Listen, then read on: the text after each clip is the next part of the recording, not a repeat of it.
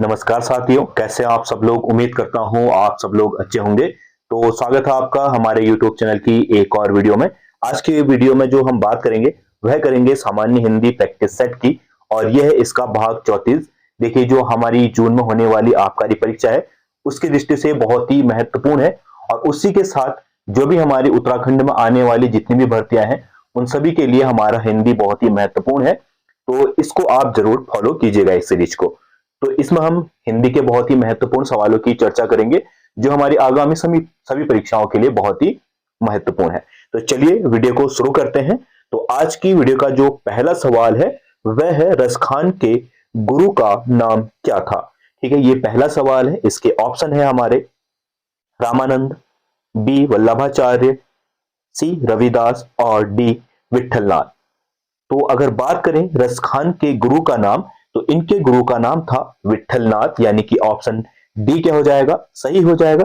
इसी के साथ अगर हम अन्य ऑप्शनों की बात करें तो रामानंद शब्द है, सॉरी रामानंद है, यह कबीर के गुरु थे। वल्लभाचार्य की बात करें तो यह सूरदास के गुरु थे। रविदास की बात करें तो रविदास मीरा बाई के गुरु का नाम था। ठीक है, और एक और गुरु हुए थे हमारे नरसिंह दास, ये थे गोस्वामी तुलसीदास के गुरु। तो चार पांच जो गुरु हैं ये मुख्यतः इन्हीं पांचों के गुरु पूछा जाएगा, कबीरदास के, सूरदास, मीराबाई, तुलसीदास। इन्हीं लोगों के जो गुरु थे इनके नाम जरूर पूछे जाएंगे, तो इस चीज को आप लोग नोट कर लीजिएगा। फिर है अगला सवाल, चंद्रमा का पर्यायवाची शब्द चुनिए। हमारे पास चार ऑप्शन दिए गए हैं और हमने बताना है इसमें कि चंद्रमा का पर्यायवाची कौन सा है। इसके ऑप्शन है विधु, अंशु, प्रभा और मयूख। अगर बात करें हम चंद्रमा के पर्यायवाची की, तो चंद्रमा का जो पर्यायवाची होता है वह होता है शशि, निशाकर, चंद्र, हिमांशु, विधु। ठीक है, यानी कि ऑप्शन ए क्या हो जाएगा यहाँ पे हमारा सही हो जाएगा। बाकी बात करें अंशु, प्रभा, मयूख की, तो ये किसके हैं, हमारे रश्मि यानी कि किरण के पर्यायवाची है। ठीक है, ये तीनों किसके हैं, हमारे किरण के यानी कि रश्मि के पर्यायवाची हैं। फिर है अगला सवाल, कौन सा शब्द गोधूम का तद्भव है। तो गोधूम हमारे पास एक शब्द दिया गया है, यह कैसा शब्द है, तत्सम। ठीक है, तत्सम और तद्भव होते क्या हैं, बहुत बार बता चुका हूं मैं। तत्सम शब्द वह शब्द होते हैं जो डायरेक्ट कहां से लिए गए हो, संस्कृत से लिए गए शब्दों को ही हमारा क्या कहा जाता है, तत्सम कहा जाता है। और ऐसे शब्द जो संस्कृत से परिवर्तित होकर हिंदी में प्रयोग किए जाते हैं उनको कहा जाता है हमारा तद्भव। तो गोधूम एक तत्सम शब्द है, हमने बताना है कि इसका हिंदी शब्द क्या है। ठीक है, इसके ऑप्शन है हमारे पास गेहूं, गाय, गोबर और गोधन। तो अगर बात करें गोधूम की, तो गोधूम होता है गेहूं का तत्सम रूप। ठीक है, गेहूं को ही संस्कृत में गोधूम कहा जाता है, यानी कि तत्सम शब्द जो है इसका गोधूम है। फिर है अगला सवाल, व्यंजन सौ का उच्चारण स्थान है। तो हमारे पास व्यंजन सौ दिया गया है, हमने बताना है इसका उच्चारण स्थान क्या है। तो जितने भी हमारे स्वर या व्यंजन होते हैं इन सब का अपना अपना एक मुंह पे क्या होता है, उच्चारण स्थान होता है। जैसे कई शब्द कंठ से बोले जाते हैं, यानी कि जिन शब्दों को बोलने में जो कंठ का उपयोग है वह अधिकतर किया जाता है, तो वह क्या कहलाता है, कंठ कहलाता है। फिर इसके बाद हमारा मूर्धन्य से जो शब्द निकलते हैं उन्हें मूर्धन्य कहा जाता है। तालु से जो शब्द निकलते हैं उन्हें तालव्य कहा जाता है। ऐसे ही जिन शब्दों को बोलने में दंत का उपयोग किया जाता है या हमारी जो जीभ है वह दांतों को छूती है वह दंत हो जाते हैं। और जिन शब्दों का उच्चारण हमारे होठों से होता है उन शब्दों को हमारा ओष्ठ कहा जाता है। ये क्या है, सभी शब्दों के स्वर और व्यंजनों के उच्चारण स्थान के आधार पर क्या है, वर्गीकरण है। तो हमने ऐसे ही बताना है कि जो सौ शब्द है यह इसका उच्चारण स्थान क्या है। इसके ऑप्शन है हमारे पास ए तालु, मूर्धन्य, कंठ्य, एक गलत हो गया, कांठ है, कंठ क्या है, ये कंठ है। और डी दंत। ठीक है, अगर बात करें छ की, तो छ जो शब्द है यह है हमारा मूर्धन्य, यानी कि ऑप्शन बी क्या होगा यहाँ पे सही होगा। और इसी में एक आता है हमारा सौ, सौ है हमारा दंत्य। ये पूछता है कई एक बार पिछली किसी परीक्षा में आया भी है, ये कैसा शब्द है, दंत्य है। और इसी में जो तीसरा प्रकार होता है हमारा सौ, सौ से षटकोण वाला, ये होता है हमारा तालव्य यानी कि तालु। ठीक है, आप इन तीनों जो प्रकार हैं सौ के, उनको आप लोग याद जरूर कीजिएगा। ठीक है, इसको अच्छे से आप लोग नोट कीजिएगा। फिर है अगला सवाल, सरकारी पत्रों में सरनाम किसे कहा जाता है। तो देखिए, सरकारी पत्र जो हमारा पत्राचार है वह सिलेबस में दिया गया है, चाहे वह एसआई हो या यूके ट्रिपल एससी की कोई भी परीक्षा हो या यूकेपीएससी की परीक्षा हो, उसमें हमारा पत्राचार जरूर दे रहा है और यहां से एक नंबर हमेशा बनता ही बनता है। तो इसी में हमारा एक सवाल बनता है कि सरकारी पत्रों में सरनाम किसे कहा जाता है। तो इसके ऑप्शन दिए गए हैं हमारे पास, ए पदनाम को, बी शीर्षक को, सी स्वनिर्देश को और डी सरकारी पत्र को। तो जो सरनाम है या सरनामा है यह कहा जाता है हमारा शीर्षक को, यानी कि ऑप्शन डी बी क्या होगा यहाँ पे सही होगा। ठीक है, जैसे स्वनिर्देश है, स्वनिर्देश हमारे क्या होते हैं, भवदीय।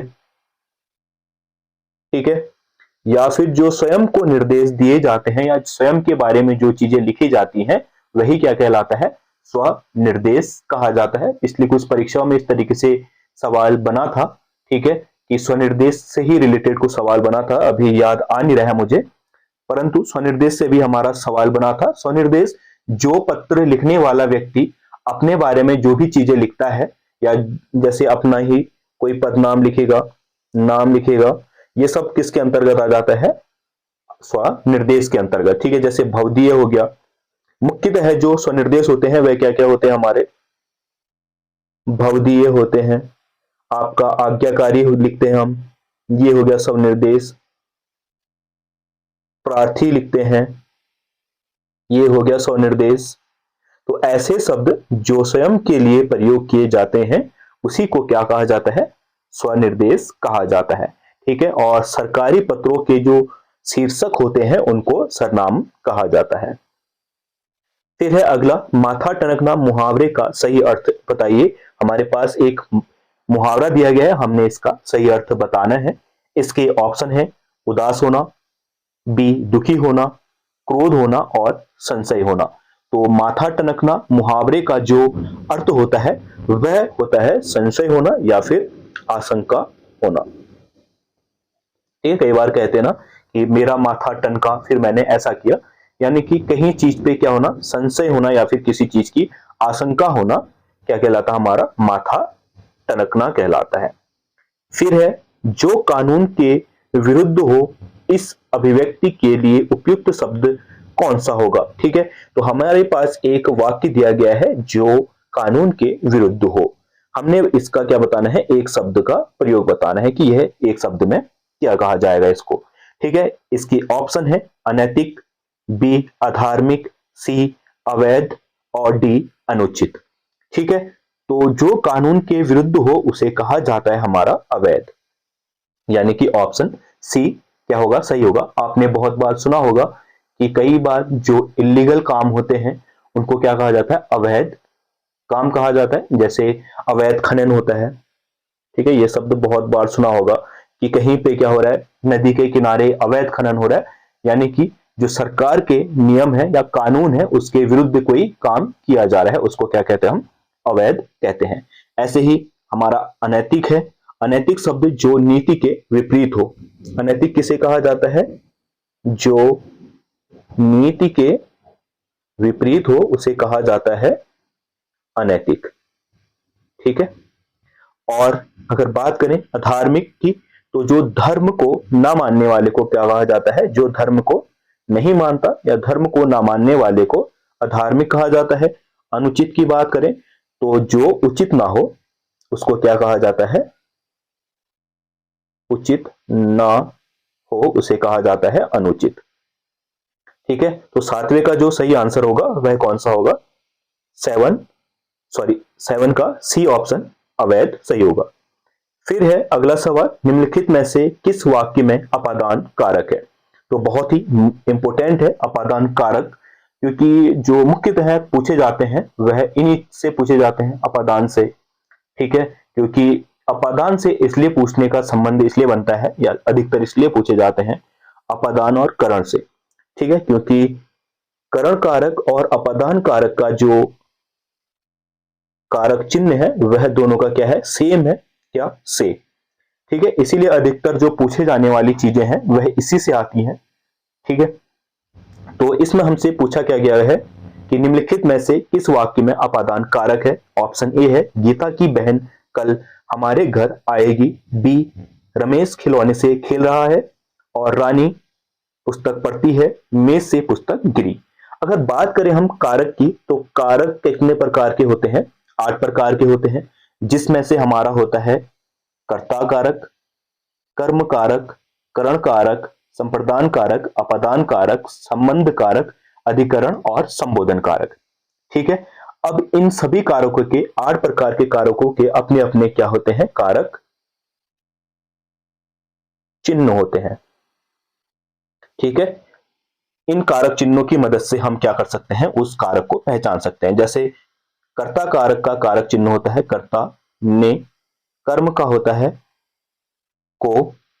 ठीक है, कर्ता ने, कर्म को, करण का होता है से, संप्रदान का होता है के लिए, अपादान का होता है से, संबंध का होता है काके की या रारेरी, और वैसे ही अधिकरण का होता है मैं पर पे, और संबोधन का होता है हे अरे ओ।